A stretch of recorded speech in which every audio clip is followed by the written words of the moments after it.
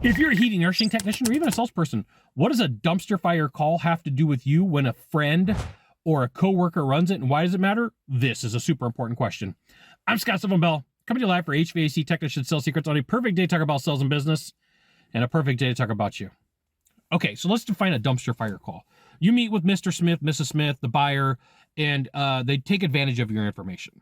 You meet with Mr. Jones, Mrs. Jones, and they eat and chew through a whole bunch of your time, and you make a bunch of phone calls, you do a bunch of follow-ups, and nothing ever comes from it. Or you meet with Mr. Smith or Mrs. Smith, and they are just the worst person on the planet. You don't want to help them. They treat you poorly. They're horrible, okay?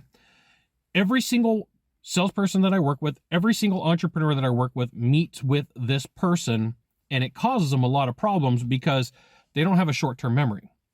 Today's topic is along those lines of you are going to have a friend or a coworker that meets with Mr. Smith, Mr. Jones, Mrs. Jones, whoever the person may be, only to find out that they come to you and they dump all of that information on you. They're like, hey, Scott, man, you won't believe what happened to me. I met with this buyer, and then they proceed to tell you X happened, Y happened, Z happened, or Z happened, depending upon where you are in the world. 1, 2, and 3 happened. And sometimes that offloading of information, that offloading of let me get this out of my system affects you, right? It affects you because like you were going through your day and you're like, yeah, I'm crushing it. I'm doing good. I'm making sales. I'm making money. I'm doing it. And like, hello? Yeah? Dumpster fire? Where? Oh, tell me more. Oh, sucks. Ugh, that doesn't feel good. Ugh. And you go from, I'm crushing it, I'm on top of the world, to like, now you got to be Captain Save a Friend. And there's nothing wrong with that, but you have to realize that that negative energy influences you for good or for bad. And this right here is why you should join my email publication. I'll give you the goods, not in the Facebook group, not in the YouTube channel. So the dumpster fire calls set off salespeople in multiple ways. Like it could be a jerk buyer, it could be a jerk client, lying buyer, lying client. It could be that you wasted a bunch of time with them, or your friend wasted a bunch of time with them, and then they called you. And they're like, man, I just need to offload. I just need to dump. And so your role and your responsibility is to have a short-term memory as well and go, okay, that isn't me. I understand they're going through a lot. I love them.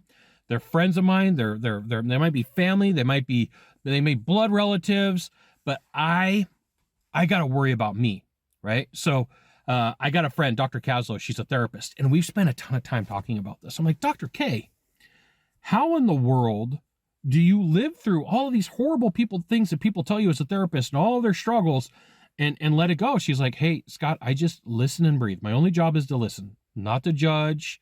My job is to help them solve their problem and just be present for them. And then when it's done, like, okay, that part of my life is closed off and I'm just going to move on to the next chapter. Now, I'm not explaining exactly how she did. I'm giving you the salesperson version, not the therapist version.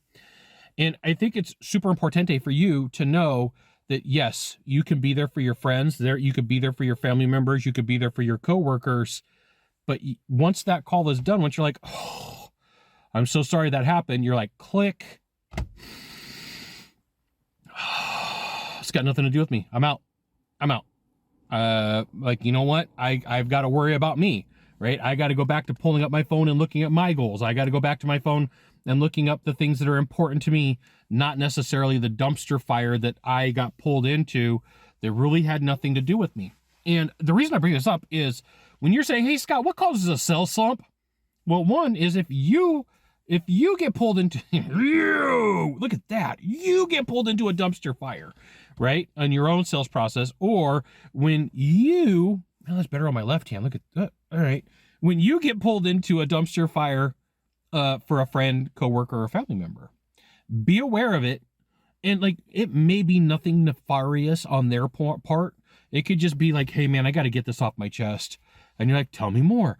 And they did this and they did that. And you're like, oh my goodness. And your stomach, like, okay, so you got to break state. And so I learned this from Anthony Robbins.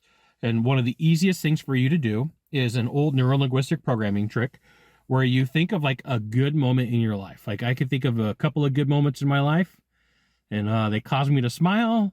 And then I ball up my fist and I go, yes. right? Right. And like instantly I'm happy. So like sometimes when I hang up the phone with somebody who's telling me a bunch of pain problems and issues that they got going on and some drama and baby drama mama and like all this other stuff's going on in their life, I figure out a way to let it go. Probably have to put a little note in here. There's going to be a point where noise is incoming. So just want to let you know that dumpster fire drama that has nothing to do with you can pull you in and cause you problems if you're not paying attention. You got 1 of 3 things to do from here. Just 1 of 3, find the subscribe button, click on it, and every time I send out a video, you'll get an update. 2, hit follow. 3, share this video with a friend. They'll love you. I'll love them. Love you. Tag them. We'll see you soon.